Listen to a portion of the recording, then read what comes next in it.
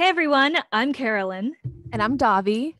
And we're just two Asian women having candid conversations about whatever the hell we want to talk about with an intersectional flair. That being said, today's topic is 2021 goals. Get comfy and stick around. And welcome again, everyone, to our very first episode of Just Two Asian Women. I'm kind of nervous just because I'm all like, damn, this is actually official now. But I have to remind myself, I'm like, no, bitch, I'm just talking to Davy. I talk to her all the time, so it's going to be fine. But we'll start off with a couple introductions of ourselves. Yeah, Davy. totally. Hi, everybody. My name is Davy, and I'm 25 years old. My birthday's in 2 weeks. I'll be turning 26. Yeah, and that's right, Aquarius. Exactly, Aquarius. Aquarium. And I was born in Long Beach, California. I'm Cambodian American, and Long Beach has the most Cambodians outside of Cambodia, so that's pretty cool. Yep. Right now I'm a long-term sub looking for a full-time position as a teacher. So, Yes. So I'll talk to you guys more about that because today we'll be talking about our goals. True. And I'm Carolyn, born and raised in San Diego, California, and I'm Laotian American. And actually, to kind of mirror Davi's point about Long Beach, did you know San Diego has the biggest population of Laotian Americans? Oh, I didn't know that. Yeah, which makes a lot of sense. I think also I think Minnesota has the other big population of Laotian Americans because when they came over from the Vietnam War and America was like bombing the shit out of their country, sucked by the way, to say the least. Yeah, same. Apparently I might be talking out of my ass, but from what I heard, when they're coming over, San Diego and a city in Minnesota were like, okay, we'll take them. Yeah, totally same. Like with Long Beach, and there's a place in Massachusetts, Lowell, I think. Yeah, Lowell. Oh, okay. Hella Cambodian people there. Interesting. Massachusetts. Okay, so you got Southern California and some M states. Yeah.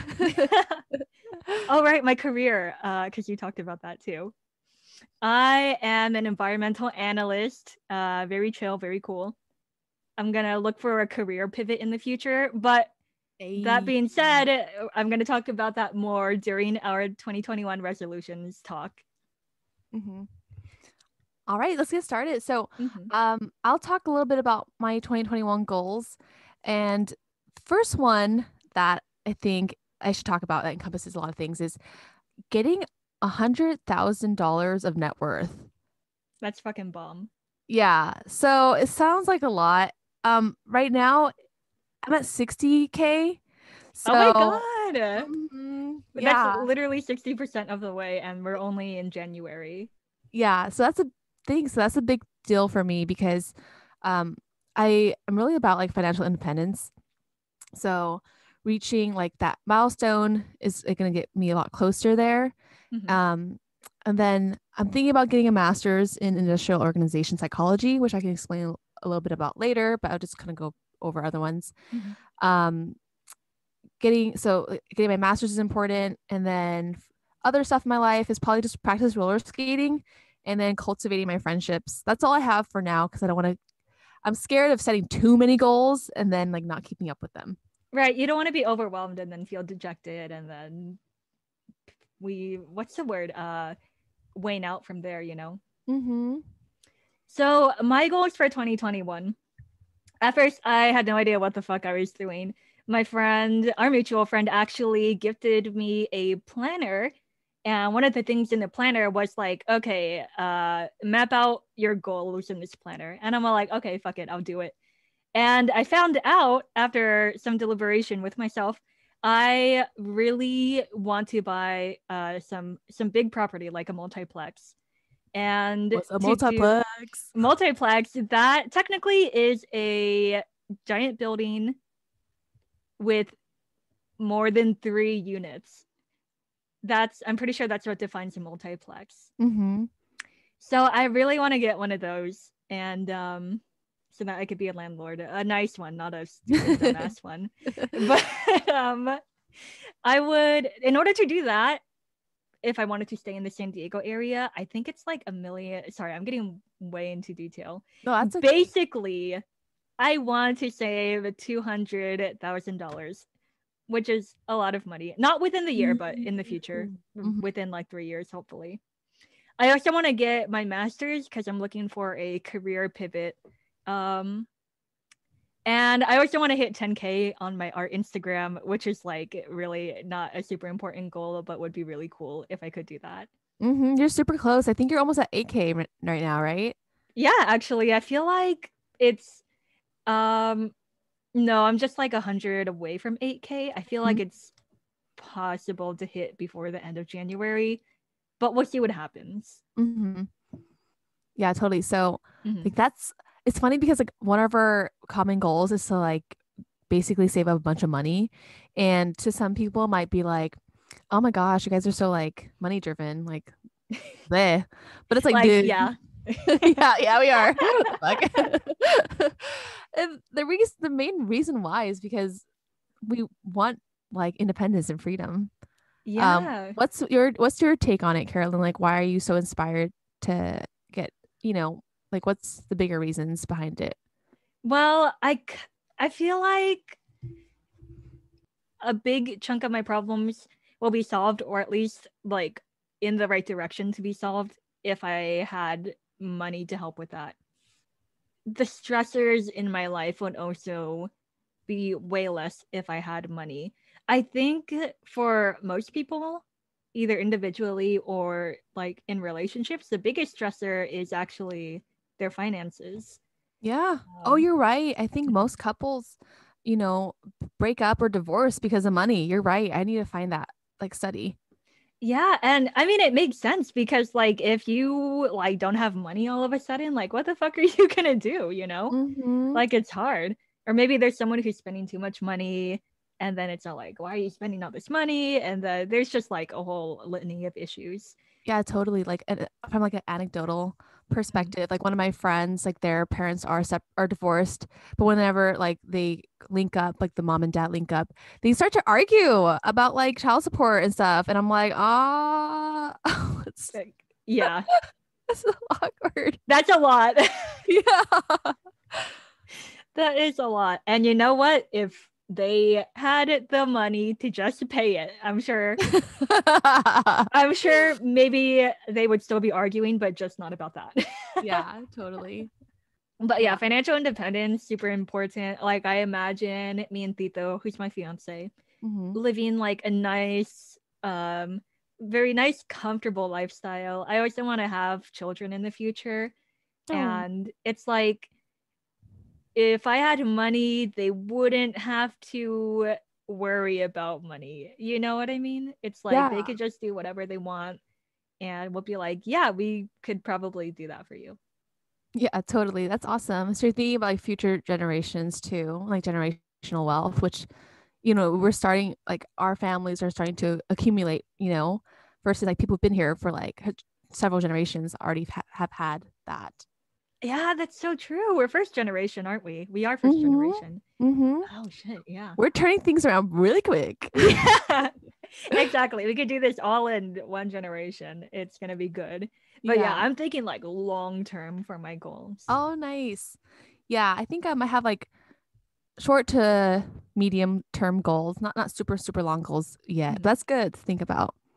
But yeah, Yeah. I think for me within the last year or so, well, I got my teaching credential this year in social sciences, single Yes. subject. Congrats on that again. Thank you. And in between, you know, graduating or whatever, like I've been through so many jobs, like Mm. part-time jobs, like delivering food, phone banking, tutoring, you know, and starting side hustles. I just realized like job security is different than financial security. Like I'm tired of working for other people. Yeah. Period. Like I'm trying to travel, you know, whenever I want. And I think that's the thing. Like freedom is having choice. Yeah.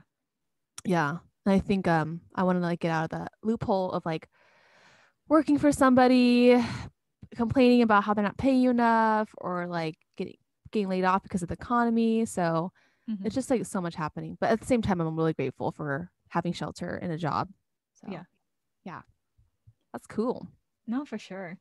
And I like your goal of cultivating friendships. Like I love all of our cool, like objective, Mhm. like career money oriented goals. Mhm. But to have like a nice wholesome goal as well, Mhm. it's just like cute, you know, it's really nice to have. Yeah. Because I'm trying to remember why I chose that one. Oh, I think I remember. What? I was having some drinks with Philip Mm-hmm.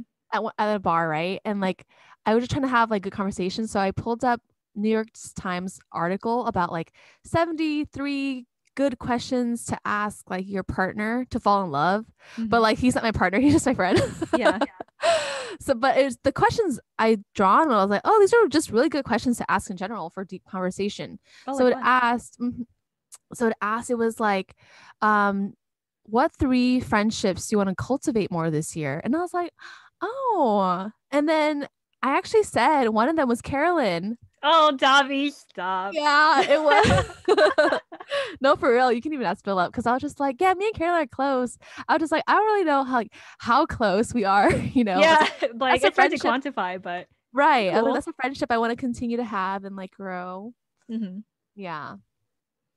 That's so And then nice. yeah, and that kind of just stuck with me because I don't know, like I think I'm just over the last what 5-10 years I've really learned how to like pick friends now. We can talk about toxic friendships later, but oh my God, Oh, I would love that. I've had a share of toxic friends and just Mm-hmm. being a pushover and giving people the benefit of the doubt all the time Mm-hmm. sucks. But yeah, that's what, so I guess what do you like for me that's like cultivating friendships, like keeping in touch with them. Um I don't know. What do you think cultivating friendships can look like or means, Carolyn? What it could look like. When I think that, like the first thing that comes to mind is just like talking to them more. But not through text, through like actual talking. Mm-hmm. But maybe your question touches more about like what the outcome would look like and not really like the way to get there. True. And what the outcome would look like. I don't know. Maybe they're just someone I think to go to often or someone that I think about often. Mm-hmm. Yeah, I guess I'm just like for me, like I'm not worried per se, but like I just want to keep all the close friends I've had and like have years and years of friendship with like together. Like Yeah. I don't want them to like fade away or think like I don't appreciate them. So just that's a little thing. And of course, like we're humans, so we thrive on good friendships and family. So I think that's why it's important for me to like have a better life, essentially. Yeah. Yeah. You want a good, wholesome life, finances, relationships, education, jobs, Mm-hmm. hobbies. Yes. So that's Ooh. good. I think those are all really good goals. I don't have a wholesome goal on my list. I'm thinking of one and I'm all like, I don't fucking know. Maybe It's all good. I'll find one in the future after I reach my like another mental break or something. I don't know. Yeah, exactly. Let's see. So we have all these big goals. Mm-hmm. I feel like you're pretty successful. So a little bit about Carolyn is she's hella disciplined, like on her. So she's Sorry, a go on. sorry, she's a no, she is. She's a digital illustrator, and that bitch like posts like 2 to 3 times a week on Instagram on average. So it's just kind of like I want to know how you stick to your goals because I feel like you're very organized and you follow through a lot. That thank you for saying that, by the way. I just have to laugh because I'm all like, how? But um I guess a lot of it, well, for the art thing specifically, I just really like doing that. Like art and drawing, it's not a habit anymore. It's just like something I do during my day.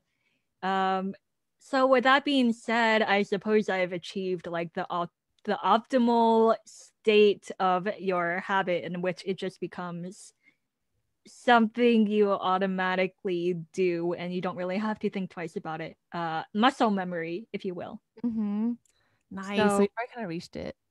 yeah, and that being said, I know a lot of people or a lot of artists or maybe creatives in general, maybe you push yourself too much, which is understandable, and then you start to dislike the thing that used to give you a lot of joy, you know? Mm-hmm. So I think a big part of keeping motivated with like drawing or doing all that stuff is to protect the energy that it gives me, protect the happiness it gives me, protect the joy it gives me by not allowing like anyone else to kind of like dictate what I do or kind of like direct what I do. And even if I'm doing commissions, like drawing something for them, it doesn't, I'm still doing what I want, but like for them. I hope that makes sense. Yeah, totally. Like, you Okay. still are like sticking with like what you like, but you also are aware of your audience. Mm-hmm. Yeah, that's awesome. Yeah. So I just try to make sure that if I feel like I don't want to do it, then I don't, you know, like I don't feel like I ever have to do anything. That makes sense. Yeah, because otherwise, then it's a job, and then Yeah, it's not pleasant anymore. exactly. Exactly. Mm-hmm. But yeah, those things keep me motivated and it's integrated into part of my routine now. So Nice. hopefully I could do that with my other goals that I'm planning for 2021. You can do it. Thank you. I believe I can too because I got to manifest that the success of my goal. Yeah, and I think like along with having big goals, you also are thinking big picture. So we were talking about this, having to reach 200K. You're like, dude, I can't just keep on saving and saving, because there's a Yeah. cap of like how much you can save. Mm-hmm. So that's why you're getting your master's, right? You're trying to increase your income. Exactly. Everything the master's thing was birthed from my goal of saving 200K because like Davi said we were talking about it and I'm saving a whole bunch of money. Like I'm saving as much fucking money as I can. I live at home. I have a job that pays me like $24 an hour. It's full time. Mm-hmm. And yeah, my expenses relatively speaking are pretty minimal. Mm-hmm. And I crunched the numbers because I want to save 200K within 3 years. I crunched the numbers, even including Tito's contribution to the 200K. Oh, nice. And we're not even halfway to 200K, even if we saved as much as we could. Right, exactly. Like, so that's the thing. Oh, just to make a little plug in, I make YouTube videos about finances, like beginner finances, and I want to make one about how like why savings isn't enough because Yeah. you can save, but like if you're not investing, then your money's not growing, and then you're Yep. just gonna. Anyway, we can go on about that, but I think that's a good big Literally. picture, especially people. I feel like on YouTube, in general, um women are less likely to invest in men. That's just fact. Mm-hmm. Like I want more women to invest, Mm-hmm. but I think there's also a trend on YouTube, and people can dispute this, but women tend to make more savings videos versus investing videos. So I'm Mm. hoping and I've noticed that with myself in my YouTube videos, like savings videos are I feel like are more safe to me. So I Yeah. need to like push myself a little bit to talk more about investing. Well, giving credible information as well. Sure. Yeah. Yeah, that's dope. Yeah, I haven't noticed that, but I know you're more in the personal finance realm of YouTube anyway, so I'm sure you would notice that, of course. Oh yeah, I think the reason why people make the saving videos, it's just that it's something that you could do immediately, and it makes sense, you know. And if you don't have a good saving mindset, then if you're gonna make a lot of money anyway, well, that money's going nowhere if you don't have a Right. good saving mindset. So if all these people can like stick it into you that you need to save, then it will be good in the long run. Yeah. But I got it now. Like it's in my brain. It's never gonna leave. I know I need to save, and I do. Now at this point, I just need to make more fucking money, which is why I want to get my master's to jump a couple tax brackets. You know? Mm-hmm. Totally.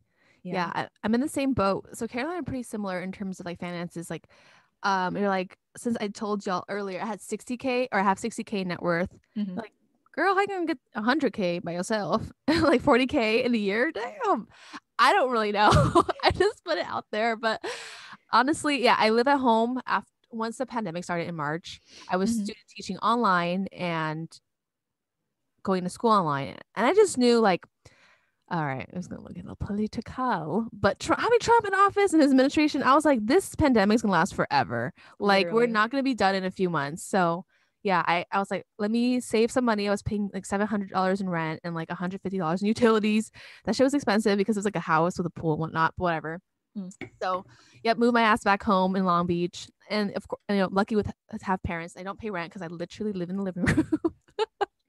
But like that's the sacrifices you have to make. Well, you don't have to, but that I don't really care about making because I let my ego out the door. So yeah, I have low expenses. I help out with like, some like the telephone bill, groceries, helping out with errands. I'm a long-term sub and making like $240 a day. Okay. So Yeah. yeah, that helps out and I don't spend much like besides food and gas. Like yeah, so it's pretty achievable for me. Like again, I'm trying to reach financial independence, which or maybe even FIRE, which is like it stands for financially independent retire early. Mm-hmm. Yep. Yep. So yeah, we're really similar that way. And we have like we're excited. I'm excited for you, dude. Like when you told me that you and Tito were saving up for a multiplex, I was like, yo. Thank you. I'm excited for you too. Like you already have, like I said, 60% of your 60% of the way to your goal. Mhm. You already have like a lot of money in your investment accounts. So Mhm. that's just gonna grow, you know, consistently. Mhm. And you're also making money. Yes. For now, because Yeah, for my now. long-term assignment it sucks, but I am a long-term sub. So Mm-hmm. I started in October, but it's going to be ending next week. So Mm. after that, I'll just be a regular sub. So I have to like fight the other subs basically for hours. So we'll see how that goes. I know you can do it. You're a tough bitch, you know. Yeah, yeah, dude. I'm ready to throw hands, dude. So I feel like you are like super smart with how you want to approach your goals. Like I'm looking at our notes and you have like Mm-hmm. all these different like fun terms about how you're gonna stick to your goal. And I'm all like, I don't know what she's talking about, but I want to learn. Okay, yeah.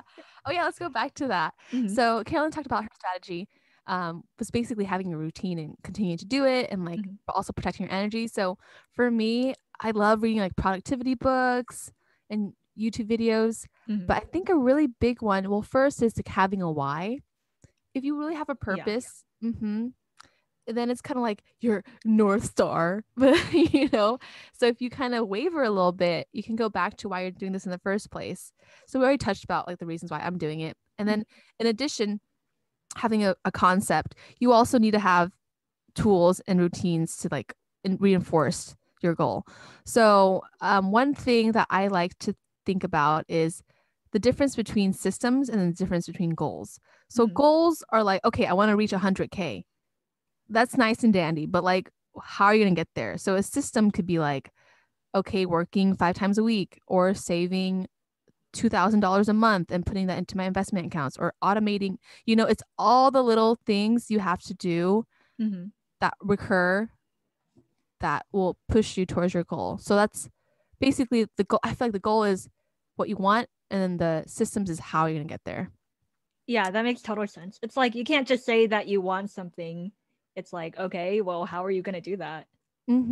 Exactly. So I've learning about systems like makes sense to me Mm-hmm. because if you have a good system, then it won't really falter unless you lack motivation. So now I want to talk about that piece. Like people are like, well, I'm just so unmotivated or like da da da. Yeah. So one big misconception that people have is people think that motivation leads to action, but that's really inefficient because you can't just wait for motivation to strike because that Yep. can take like weeks or months. And it's So so fleeting. exactly, it's so fleeting, right? I can be motivated after watching a video, but that like, but that's not that's not gonna work. Uh-huh. So really it's action leads to motivation. So by doing small things, you feel motivated and then you feel motivated to do more things and you do more things and you're more motivated. So for example, like if I'm like really unmotivated to make a YouTube video, um, I'll start with like a very small action. Like, okay, I'm gonna write legit. My script is gonna be like, I'm gonna write the first sentence. That's it. Mm-hmm. So then I'll muster up strength. I'll like count down from three, three, two, one. I'll open up my Google Doc and I'll write legit one sentence. And then after that, it's really easy to write the next sentence and the next paragraph and so on and so forth. Mm-hmm. Yeah, what do you think about that?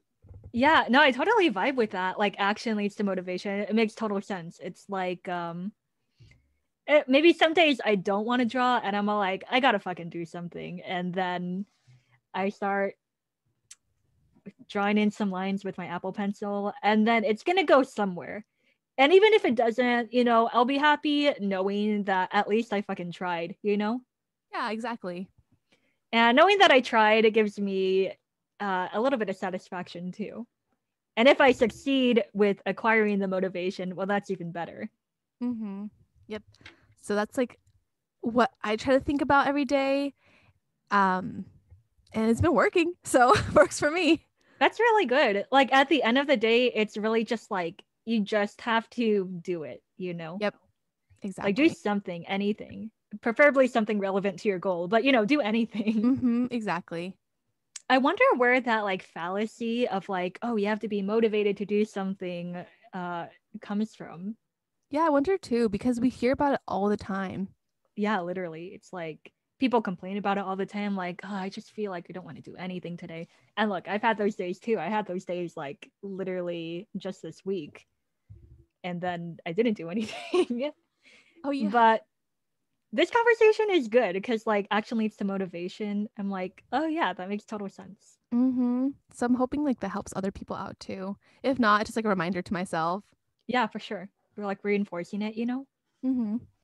Speaking on that, like just earlier this week, or maybe like the later half of this week, like in the planner that I have, there's a little like goal that I should achieve every day. It's like, what do you want to do today? Like something Mm-hmm. that you have to do at the very top of the day. And then some days I look at it and I'm all like, I don't even know what I want to do today. Like I know I'm gonna do my work. But then after that, I'm all like, I'm out of ideas. I feel nothing. Mm-hmm. So I just thought that was interesting because usually there's like at least one thing that I want to do. Oh, I see, for sure. Like sometimes you just do a lot too, and you're like, maybe I should just not do anything. Maybe. And I definitely did do nothing. That's So, good. Yeah. For but me.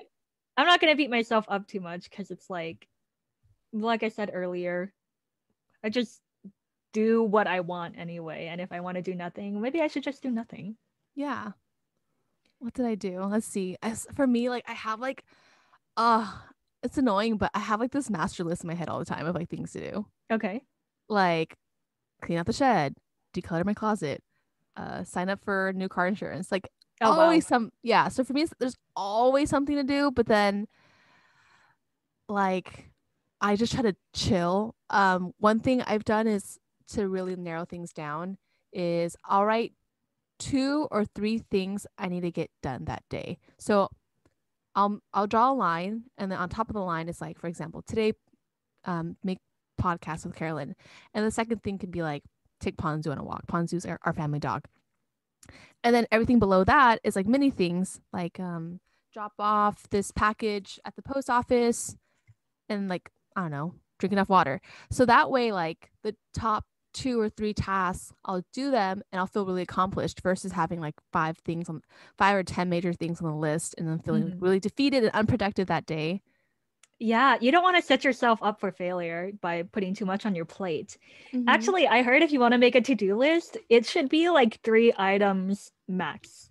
Oh, nice. You could do 5, but that's kind of pushing it, but no more than 5. Otherwise, you're just doomed to fail. Yeah, exactly. So that I feel like traditional to-do lists really suck. So yeah, having that has been really nice. Yeah, and I think I was just listening to a podcast earlier to prep for this podcast Mhm. recording. And what were they saying? If you want a habit to stick, the goal needs to be like a little bit amorphous, like nothing too specific. Ooh, okay. Like your goal should not be, oh, I want to lose 3 pounds every month. Hmm. Your goal should be, oh, I want to lose weight Okay. every month. It just needs to like be lost. Any number needs to be lost. Nice. Honest. It makes sense too because then there's no threshold that you're holding yourself to. Hmm. And it does sound nice to like hold yourself accountable in a strict way like that. Right. But at the same time, like this is for you and you don't want to punish yourself. Like, don't put Yes. yourself in a situation in which you will feel discouraged, in which you will feel bad, in which you feel like you need to be punished, essentially. And then you don't Yeah, deserve to achieve the goals that you want. exactly. Like I feel like people who need to have like very specific goals is for like a very specific objective. Like people who row, the person who in the very front has to be a very specific weight. They have to be really lightweight because then they can row faster. Like, okay, if they have to lose 5 pounds at the end of the month to reach that, okay, that makes sense. But like for the average Joe who just wants to lose weight and like feel good, feel sexy about themselves, Mm-hmm. yeah, I feel like especially with weight too, people have such a we're learned to have a bad relationship with our body and like and other goals in general. We should just be happy that we're just trying, you know. Yeah, I think so too. And ultimately, what's the real goal of that person who wants to lose weight has? I feel like their real goal is to just feel better about themselves. Yeah, exactly. So, and there's no way to put a number on that. Yeah. This is like more in like diet, fitness culture. But I stopped checking my I stopped weighing Yeah, myself, but dude. like those days are over. I don't own a scale. I'm Yeah. fine. Right. And of course everyone's different, but like, dude, like over quarantine, I know I gained some weight because just a little bit, but like, moving back home, mama cooking, good food, Yeah. you know, I got a new boo, you know how that goes. Hmm. And my grandpa died recently. So really, I'm finding a lot of comfort in food. And then looking at the mirror, I did gain weight. My belly's a little tubby, but like, I don't care.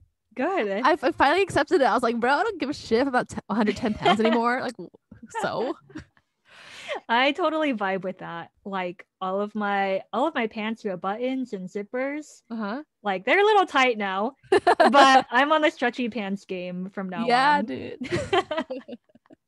And it's been good. But I've never really had any I feel like I've never had any issue with my body, but also Hmm. I come from like a privileged place of like I'm already naturally pretty thin. Oh, So I feel that. Same. I will admit that. Yeah, I'm naturally pretty thin. I lose weight pretty quickly if I eat Mhm. well.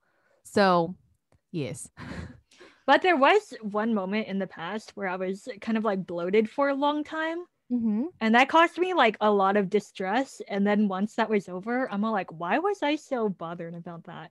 Yeah, totally. I think that's like another goal that I have, but not officially written down. It's just, well, I did like for in terms of roller skating, but the bigger picture is to be more active.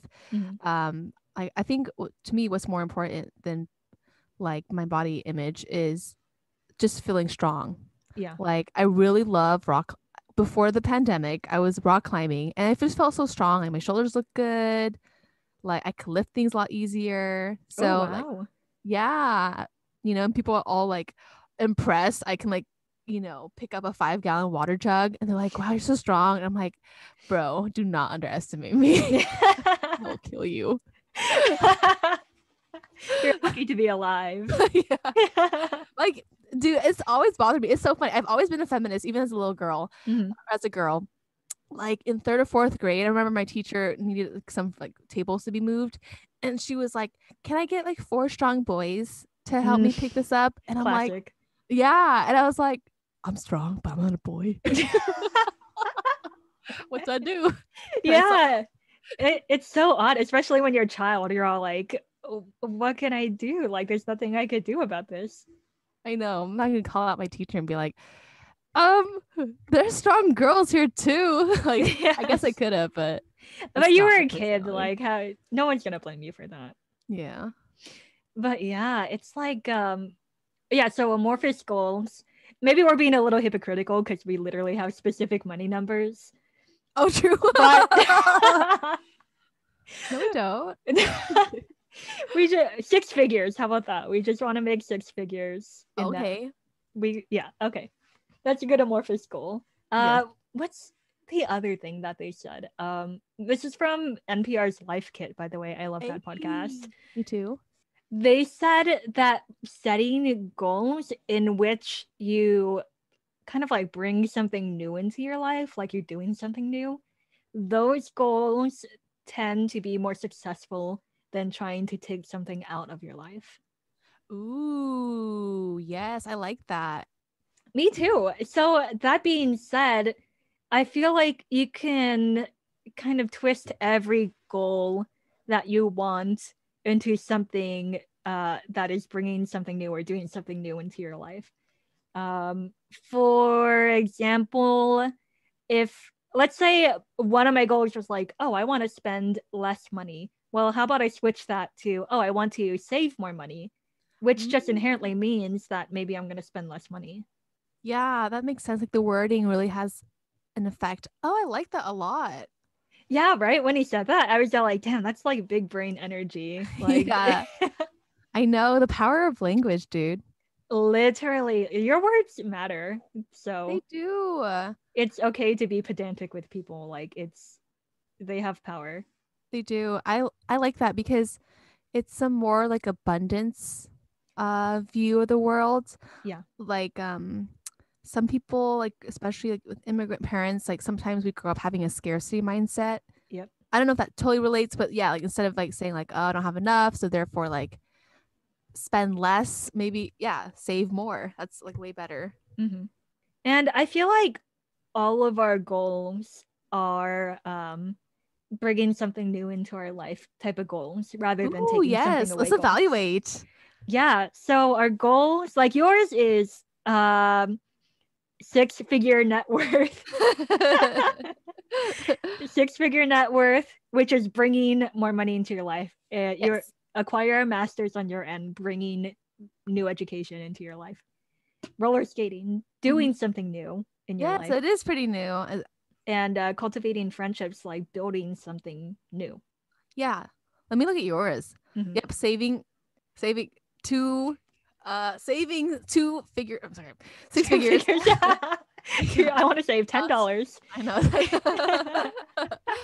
Getting a master's, so acquiring and it's good because yours says it just says masters. So like earlier Carolyn talked about, switching career goals. Some people could have been like not being in this career anymore versus a new career or new masters, and then social media, but more specifically having more um you said 8K, sorry, you wanted 10K followers, right? Yes. Okay, Yes. cool. Yeah, That's so my shallow goal. that's okay too. Yeah. Awesome. Yeah. And can you touch on the masters? I'm sure people, so you were an you Analyst. are an environmental analyst. Yeah. What are you trying to get your master's in? You didn't talk about that yet. Yeah, so I want to get my master's in accounting, which is completely different. Like when I'm talking about a career pivot, I'm talking about like whole 180 other direction. Mm-hmm. So I want to get in accounting, and look, I'm not gonna lie, I literally just want to make more money. And I know people are like, you shouldn't change your careers just to make more money. And I'm like, okay, bitch, hang on. So what's something that brings me joy in my life? Well, it is not environmental analyzing. Let me tell you that. Like I do it. I will do it contently. Okay. I won't tolerate doing that. Mm-hmm. Accounting, I feel like that's something I can tolerate and something that will bring me happiness. Because what actually brings me happiness, like hanging out with Tito, hanging out with my friends, uh doing my hobbies like drawing and stuff like that. And if I am financially secure, I am financially secure right now, but if I could be like more financially secure, then that's totally fine with me. And I guess that kind of goes into the discussion of following your passions, yeah, Yeah. and your dreams, which is fine. That's cute. If people do that, that's amazing. Like good for you. Yeah. But I don't know. I'm just thinking about like what I actually want to do in the future, what I want to achieve in the future. I'm like, okay, I just need to find a job that will give me the money that I want. Yeah. And I feel like accounting can do that. SDSU's accounting master's program, they put out a statistic for the median, what is it called? The median salary that students have Mm-hmm. after they graduate with a master's Or just masters in general or masters in accountancy. in accountancy. Okay. And it's 62K. Now, that's not the jump that I wanted because my salary right now is like 50K Mm-hmm. before taxes. Mm-hmm. However, I think the maybe like the ceiling for pay raises is higher, and I could get there faster in accounting. Like if I stayed at my job right now, in 5 years, I can't imagine making 62K. Like even after 5 years of being in the job that I am right now, even with promotions and shit. Like I just don't know. So I feel like it'd be better if I just switch careers in which I can grow faster. Yeah, totally. I fuck with that because I feel like, especially in the US, people are like, follow your dreams. But there's nothing wrong with doing or having a job because of the salary. If anything, most people are at their job because they need the money or want the money. Literally, so, yeah. And then I was reading too, I think it was NPR. We love NPR. Yes. But following your dreams sometimes, at first at least, is not the best because if you want to be, I don't know, a sculptor, what do you call a person who does sculptures? A sculptor. Oh, sculpturalist. A sculpturalist. So let's say you want to be a sculptor. It might not pay very well in the beginning, you know? But let's say you become an accountant and then you sculpt on the side and then you build up your sculpting, I don't know, side hustle, business, or hobby, or you grow enough money from your accountant job that you can do what you want later or during later. Yeah. Yeah, exactly. And it's like if art was my career right now, I can't imagine like the amount of pressure that I would be under because there's no way I could even like be alive just with the little amount of money I make from art. And then the pressure to get into like the industry. It's a lot. It's a lot. And I'm all like, I don't want it to be a lot. I just want to draw. Yeah. Lovely. Yeah. And a little bit about my career and how I view following your dream career, stuff like that. Well, first of all, I love this video. I saw it yesterday. Somebody was like, oh, they asked somebody, what's your dream job? And they're like, my dream is not to work. First of all. Yeah. Yes. But luckily for me, I've kind of been drawn to teaching since I was a kid. And then like in my undergrad, I was like undeclared for like 2 years in denial about like, oh, maybe I'll become a social worker. I did not like that because I volunteered. And then I just kept on tutoring. And I was like, you know what? I want to be a teacher. Like I have the qualifications and the personality for it. Temperament and patience. So luckily I happen to have a job that I do like. But at the same time, even if you do have like a dream job or a good job, there's still parts of the job which suck, you know, having to follow standards, you know, I don't know. I can go on, but I don't want to get too much into it. But yeah, so luckily for me, I like being a teacher. But at the same time, getting a master's in industrial organization psych, I can definitely just switch careers and be okay with not teaching. Yeah, it's like it goes back to you wanting freedom, whether it be like financial freedom or career freedom. Once you get your master's, like you have the choice to do, you know, what you want, basically. Exactly. In that realm. Yeah, we're definitely gonna be making bank in the future. Well, 5 years from now, we're gonna be on our podcast call in our I didn't want to say like Gucci because usually people who like display wealth in the flashy way are not wealthy, right? So that's not a good way to describe it. We're gonna be in like regular clothes, but the background is going to be an ocean friends. Yeah. I feel like that would, because if you're rich, you're probably going to have like a good property. That's usually a good indicator of wealth. Or traveling a lot. Exactly. You'll be like, on your end, it's like, sorry, my Wi-Fi is spotty. I'm in Bali right now. Yeah. Totally. That'd be great. I do want to go to Bali. Did you hear the recent scandal with that one influencer? No. Who went to Bali and then she published an ebook and she was like, how to live a dream life in Bali as an expat, basically. How is it how is she a fraud or like a scam? It wasn't like a fraud or a scam per se. Like I'm sure if you followed the things in her book, it actually would work. But people took an issue with it because I guess it's more about like, I don't know if the term is gentrification if it's done abroad. Oh, right. But let's say like rich expats are going to Bali, which even though it's seen as a luxurious place, like the people there make like whatever the minimum wage is, it's not Yeah. fucking $15 an hour. Nah. People go to Bali for a reason because that shit's cheap. Yes. And they cater to like rich vacationers essentially. Yeah. But the local people, they are not living a luxurious lifestyle. No, not at all. That makes sense. I don't know too much about Bali, but that's what, from my understanding, when people who went there, I'm sure the plane ticket was expensive, but Yeah. being there is really cheap. Yeah, that's totally common in Cambodia too. Mm. Like a bowl of pho is like 250. Yeah, I feel like maybe it's a new form of colonization, honestly. Damn. It You might put third out the wave C was a third word. wave. Yeah. That's intense. No, Yeah. because they always want to cater to, you know, the rich expat basically, or the Yeah, pretty foreigner. much. Yeah, because I feel like that's what a lot of people are doing right now, especially during COVID. I've seen some YouTubers who like they're going to Mexico to live there because it's cheaper, which like I totally get it from a financial standpoint, but at the same time from like a social, economic uh, standpoint, it's like you're driving up the cost then. Yeah, because there's a lot of like new high rises being erected in Tijuana. Oh, really? Yeah, And yeah, it's yeah. like, I mean, I guess that's cool, but also why would you do that when there are people kind of living in subpar housing? Yeah. Do you know what I mean? Yeah, totally. I just feel like the priorities are a little all over the place. But I'm not, that's criticizing Mexico, Tijuana specifically, Mhm. but we have the same thing literally in Right. Just California. everywhere, honestly. Yeah.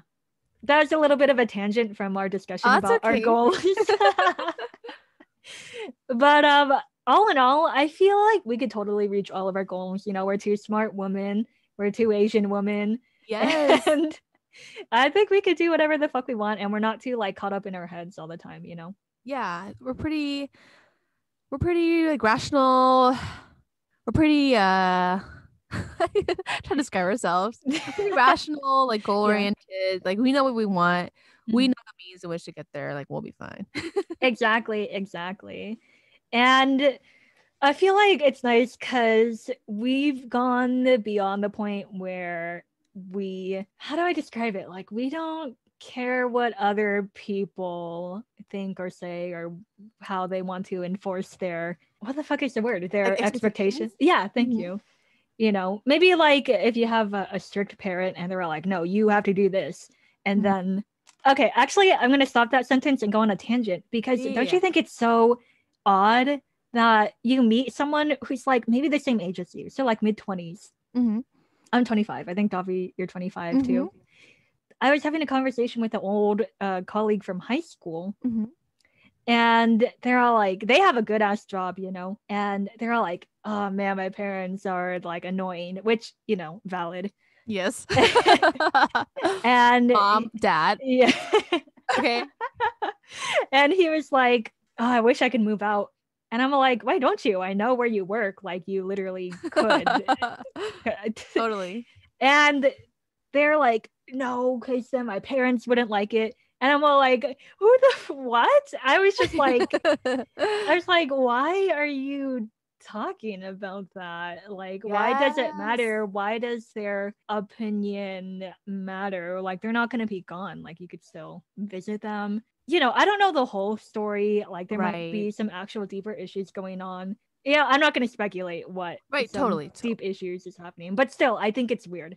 I think it's, I think it's odd. It's like, can you not assuming that you have a decently regular relationship with your Yes. parents? I agree because like coming from my background, like Cambodian Cambodian daughter, right? Mm-hmm. My parents, grandparents, aunt and uncle were on my ass when I was a teenager. So like I get it at that because like that's the world you only know. But having gone from Long Beach to San Diego for that's how Caroline met or Carolyn and I met was not SCSU, but like I moved down to San Diego, met her through a friend. But having gone to college, living from by myself for myself for like 7 years and coming back home, I'm not trying to listen to every single expectation my family has Mm-hmm. because it'll be miserable.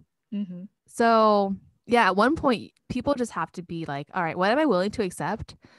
What am I okay with, like disobeying them, and what am I not okay with disobeying them?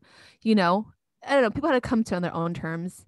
But if you are in that situation, just do break a little bit of rules, like little by little, and see Yeah, like have some fun, you know? yeah, have some fun.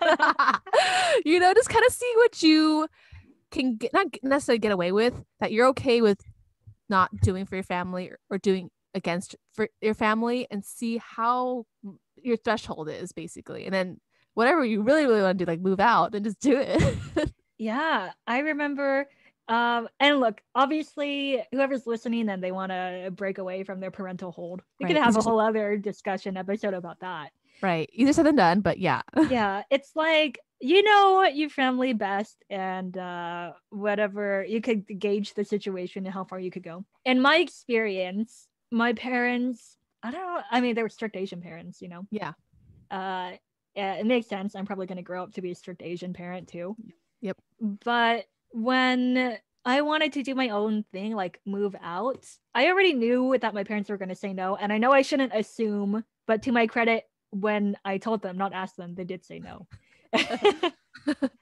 and I did it anyway. I went to go move out with my boyfriend at the time, Tito, who is my fiance now. Hey. And I moved out without my parents wanting me to. And when I came back home, because Tito had to go back to school and I was still in school, so basically money reasons, we couldn't live on our own anymore. When we came back home to live with my parents, I felt like they had more respect for me, if that makes sense. Nice. I think that's the best case scenario. Maybe in other situations, they Right. wouldn't even let me back into their home, and if they were kind of assholes, to be honest. But luckily, I know that they love me, so they were like, okay, you could come back, and we kind of like you more because you're a badass. At least that's what I hope that they're thinking. They might just think I'm like a defiant child, a petulant child. I know, petulant child. Yeah, totally. Oh man. But I feel great. I would do it again. Yeah. Maybe this would be a good time to close up the podcast. Yeah, I agree. All right. So we went from goals to ranting about our parents. So natural progression of our conversation. Thank you so much for listening to our very first podcast. We're excited to go on this podcast journey, and we hope to get to know some of you later on. If you want to support us, consider following or subscribing to our podcast at JTAW on Spotify, and we're probably going to be on Apple and other streaming websites soon. Yes, we will figure that all out in the near future. But for now, I hope you enjoyed listening to us, and share our podcast with your friends. If you would, that'd be amazing. If not, that's cool too. Again, I'm Carolyn. And I'm Davy. And we are just two Asian women. We're going to work on that. Yeah, okay. Thank you, everyone. Bye.